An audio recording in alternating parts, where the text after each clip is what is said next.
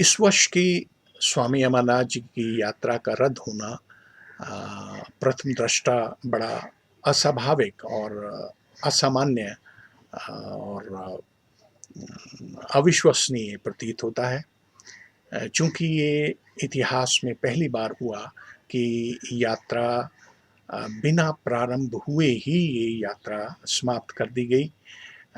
इससे पूर्व भी मार्ग में अवरोध के कारण, अत्यधिक वर्षा के कारण या अन्य कारणों से यात्रा का स्थगन या यात्रा को समय से पूर्व समाप्त कर दिया गया था, ऐसा ज़रूर हुआ। लेकिन यात्रा बिना प्रारंभ किए हुए ये रद्द करनी पड़ी परिस्थितिवश, ऐसा इतिहास में पहली बार हुआ।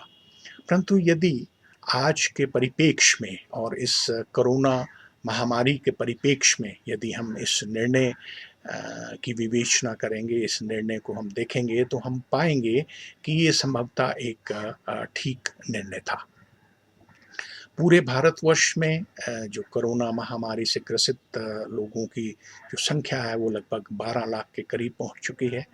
जम्मू व कश्मीर में भी ये संख्या पिछले 2 सप्ताह में बहुत तेज़ी से बढ़ी और इसी कारण ये इस यात्रा को रद्द करना पड़ा।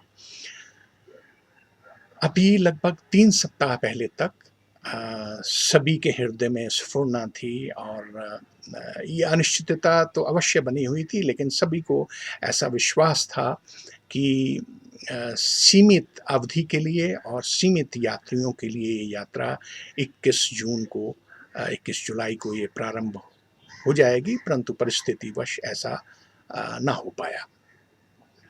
तो वो तीर्थयात्री जो जिन्होंने इस वर्ष इस तीर्थ यात्रा को करने के लिए योजना बनाई थी, उनको मेरा परामर्श होगा कि वो दूरदर्शन द्वारा सीधा प्रसारित प्रातः और सायंकाल की आरती और दर्शन का वो घर बैठकर लाभ लें और अपने उत्साह को बनाए रखें।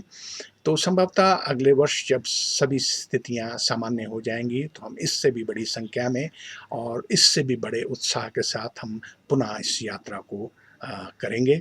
और मेरा अपना ये विश्वास है कि ये जो निर्णय हुआ, ये भी भगवान शिव जो कि स्वयं मंगलमय हैं और कल्याणकारी हैं, उन्हीं की प्रेरणा से ऐसा निर्णय संभव हुआ और और संभवतः हमें ऐसा मानना चाहिए कि हम सबका इसी में ही कल्याण है।